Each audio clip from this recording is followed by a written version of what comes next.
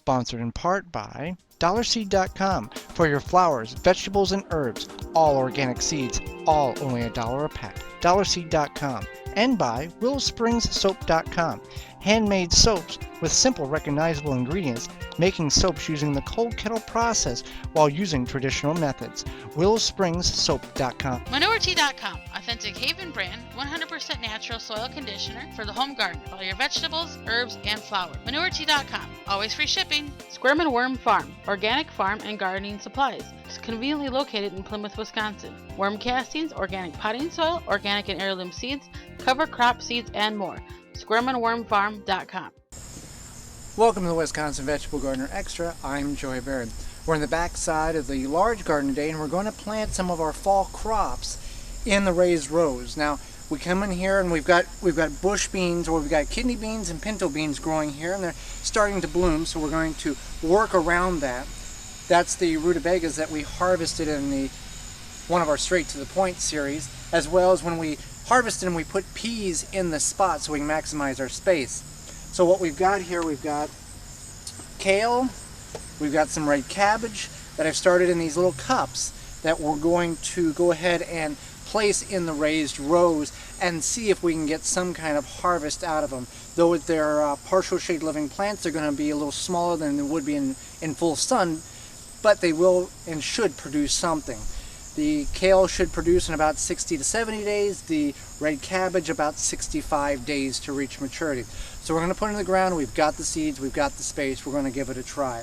So with that being said, I've got these containers or these metal cans that will go around the seedlings.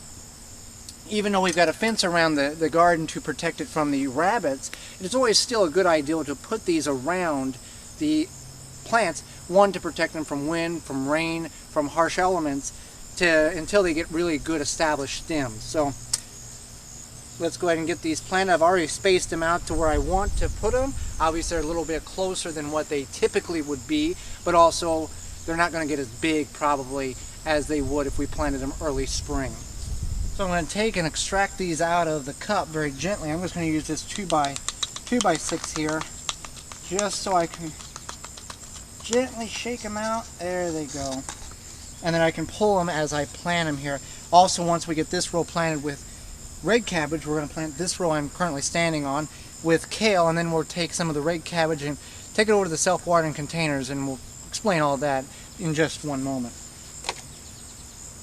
So with this we're just going to take, and since the soil is real moist, these should pull out relatively easy. There it is. And we're just going to set it in there, backfill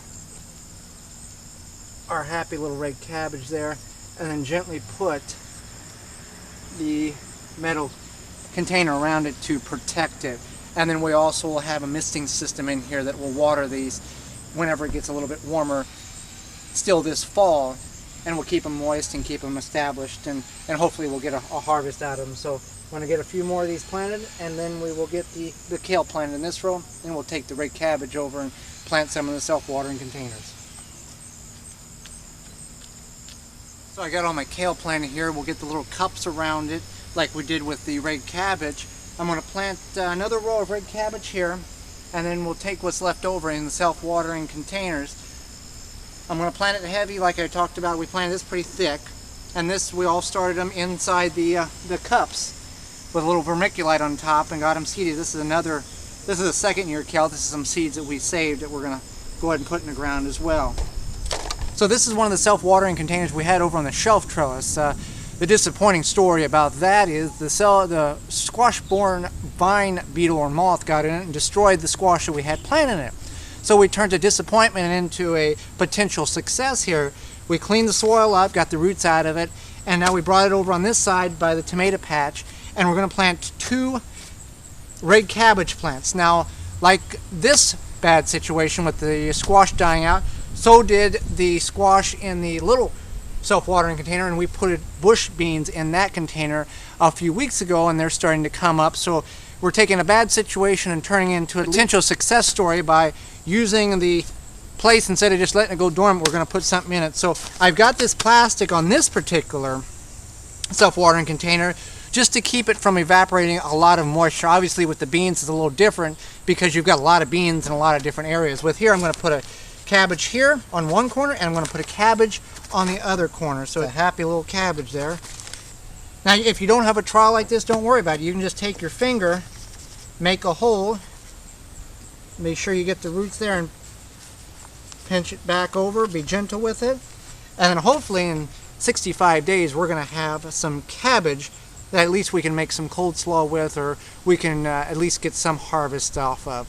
So if you don't have a garden and you don't have self-watering containers, don't be discouraged. There are other methods of growing productive vegetables on your porch, patio, or deck.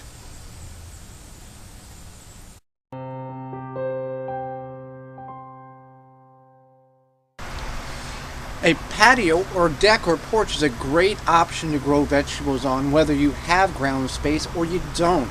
We've got a lot of things going on our deck here, some good, some bad. We've got a cucumber tower here. It is putting on a couple of cucumbers, and as the morning heat reflects off the siding, more should bear.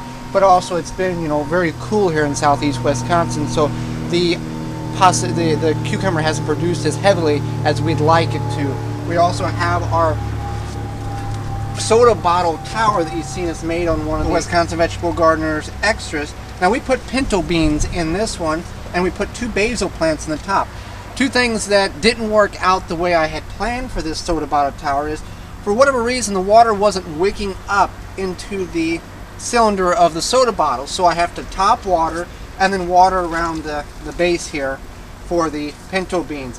2, when I planted the beans in the little cutouts here, the beans wouldn't grow outward, it would grow up, and then you'd have a bean going all the way up inside of the soda bottle. So what we had to do, we had to start the seeds in containers and then transplant them inside of the section. Overall, it's worked fairly decent. We've got pinto beans drying on the vine, and we've got 2 nice basil plants that really look good. They're a little discolored there, but that's a little nitrogen, little coffee grounds on top there will fix that problem. Our lime tree is growing immensely, and we do have some blooms on it. I'm not sure if we're going to get limes on it or not, but it's a very fragrant tree. It has the same smell as lemon pledge when you smell the leaves there. A lot of good growth, but we do have some flowers, and whether we get limes on it, I don't know, but it's a very pretty tree that we can bring inside during the winter months. So we've got our green bean rail planter here for our bush beans, and there is some yellowing of the leaves, and a lot of that is blight, and blight is always something that's in the soil that we have to deal with. So what we do is we just pull the leaves off and discard them. Over here we've got a container tomato. Now this is 2 snowball indeterminate tomato plants, and like any plant you put in a container, it's going to grow to the size of the container. Obviously this is a very short bushy plant. This is supposed to be, put it in the ground, it's going to get 5, 6, 7 foot. It's going to grow indefinitely until it gets too cold. Obviously it's starting to put blooms on because it's in a smaller pot, and I've got 2 plants growing in it. We just had some soil, we had a pot, we had some extra tomatoes, so I wanted to experiment to see how productive this little plant would be, as if you would put it in the ground. It'd be a full-size tomato plant, and I think it's doing quite well. We've got the seed keeper girdle here with a bell pepper. We got a couple bell peppers coming on there. That one we're going to harvest because it's going to start going, it's got a little bad spot on it. Got some flowers that actually came up in the compost that we purchased, so that was okay as well. So the seed keeper girdle working very well. The plant looks very healthy and happy, so we're going to leave it set on the porch. And these girdles are really great if you have no space, you have a porch, patio, or deck. You can just set them, put them in there, and it works really wonderful. We've got some container tomatoes here that have got severe blight. Now we didn't put the corn meal around these like we did the large tomatoes, because these we have found produce real heavy once and that's it. I believe there's some kind of a determinate tomato. They put on all the fruit and that's it. Now our vase here that you saw me plant in the basement windowsill a couple of episodes ago, we brought up here because we had 4 nice pencil beans coming out of it and a couple of carrots, and the next day we came out and they were mowed completely over. A rabbit or a squirrel had climbed up in this and completely eradicated all of the vegetables, all the bean plants in there. So this was the only one that was saved, and you can see there's some new growth being put on there, and we've got a couple more. That's the remnants of what the animal did. So we're going to bring it up here and leave it to get some production. This was the container that we had down in the windowsill as well, and we had carrots in it, and the rabbits or the squirrels or whatever it was went in there and completely ate them all down. So we went ahead and brought it up on the porch, and we planted our fall peas in it, and we've got a couple that came up that we actually started in a sandwich bag with wet paper towels just to see if they germinate. These were ones we saved earlier in the year, and the rest of them are starting to pierce through the soil, and we'll get a cage around this so we won't have to worry about the rabbits or the squirrels coming up on the porch to eat our fall pea crop. For those who are in the self-sufficient world and know a lot about wild edibles, this is purslane. Now this was not planted here intentionally. This was a hanging pot that we had, I think, onions in, that the onions died away, and the purslane came and seeded itself. So we're just going to leave it. It's very high in omega fatty acids 3. It's very good for you, and it's a plant that we're just going to leave in our hanging pot to grow. Here are some walnut trees that we have extracted from the large garden that has come up for, we don't know where, because we don't have a walnut tree anywhere in the area, but we've got 5 nice walnut trees that we're just going to seed. I couldn't bear to just discard them if we can get some production out of them. Maybe, it's going to be 10-15 years, but we saved them and we can see what we can do with them. Also, our milk crate planter, we've got onions growing. We've got a really nice leek here that I'm very pleased with. The lettuce is going to seed, and we're not going to pull it. We're just going to let it go to seed, and we can save the seeds and use that in this winter's cold frames in the garden. As well as we got a hang pot here with some small garlic chives. Basically what is, we had a bunch of small garlic bulbs that we had, and we just went ahead and put it in a container just so we can get some greens. We have we're very unfortunate that we are not able, for whatever reason, to grow garlic bulbs like many of you are able to do in your garden. If you like what you see, feel free to subscribe and comment. I'm Joy Barrett, and we put out this particular video each and every Tuesday with a variety of other videos throughout the week. This has been a Wisconsin Vegetable Gardener Extra. For more information, you can visit the website, thewisconsinvegetablegardener.com.